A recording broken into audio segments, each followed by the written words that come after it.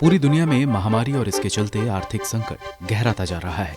इसमें सबसे ज्यादा पिस रहे हैं गरीब, जिन्हें महंगाई के चलते खाने के लाले पड़ रहे हैं। संयुक्त राष्ट्र ने कहा है कि साल 2020 में दुनिया भर में खान पान की चीजों की कीमतों में 7 मासिक वृद्धि दर्ज हुई। कीमतों में सबसे ज्यादा बढ़ोतरी दूध से बनी चीजों और खाने के तेल में देखी गई। Food and Agriculture Organization of the United Nations के मुताबिक फूड प्राइस इंडेक्स दिसंबर 2020 में 107.5 अंक दर्ज हुआ, जो कि नवंबर महीने से 2.2% अधिक था। संयुक्त राष्ट्र ने खाने पीने की महंगाई का जो बेंचमार्क फिक्स किया है, उसके हिसाब से पूरे साल 2020 में फूड प्राइस इंडेक्स औसतन 97.9 अंक रहा, जो कि पिछले 3 साल में सबसे ज्यादा था और 2019 के मुकाबले 3.1% ज्यादा। संयुक्त राष्ट्र के मुताबिक साल 2020 में अनाज की कीमतें पूरे साल 2019 के स्तर से 6.6% ज्यादा रही। उत्तर और दक्षिण अमेरिका के साथ साथ रूस में भी फसलों को लेकर बड़ी अनिश्चितता के चलते दिसंबर महीने में गेहूं, मक्का और चावल के निर्यात मूल्य में भी तेजी दर्ज हुई। मसलन सालाना आधार पर चावल निर्यात मूल्य 2019 की तुलना में 2020 में 8.6% अधिक था, जबकि मक्का और गेहूं के लिए क्रमशः 7.6% और 5.6% अधिक थे।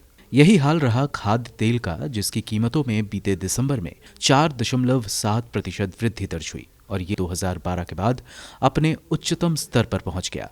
प्रमुख पाम तेल उत्पादक देशों में चल रही आपूर्ति की कमी के अलावा इंडोनेशिया में बढ़ी एक्सपोर्ट ड्यूटी के चलते अंतर्राष्ट्रीय बाजार प्रभावित हुआ। अर्जेंटीना में लंबे समय से चल रही हड़तालों के चलते वहां तेल निकालने की प्रक्रिया और एक्सपोर्ट गतिविधियों में गिरावट आई और इसके कारण सोया तेल की अंतर्राष्ट्रीय कीमतें बढ़ गईं। पिछले वर्ष की तुलना में 2020 में वनस्पति तेल 19.1% अधिक महंगा था। इसी तरह पश्चिमी यूरोप समेत पूरी दुनिया में दूध की मांग बढ़ी और इसकी कीमतों में दिसंबर महीने में 3.2% बढ़ोतरी दर्ज हुई, जो कि बीते साल की लगातार 7वीं मासिक वृद्धि है।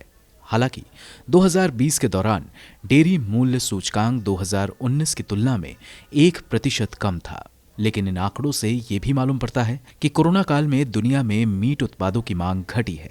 जहां अलग अलग देशों से बर्ड फ्लू के मामले आने से चिकन प्रोडक्ट्स की कीमतों में कमी आई, वहीं स्वाइन फ्लू के चलते सुअर के मांस की मांग में गिरावट दर्ज हुई। नतीजा ये रहा कि मीट उत्पादों की कीमतों में साल 2020 में 2019 के मुकाबले 4.5% की कमी आ गई। ये आंकड़े भारत में चिंता बढ़ाने वाले हैं, जहां 67% आबादी 2 जून की रोटी के लिए सरकार पर निर्भर है। दरअसल देश में राष्ट्रीय खाद्य सुरक्षा अधिनियम लागू है और लगभग 81.35 करोड़ लोगों को सरकार सस्ते में राशन उपलब्ध कराती है।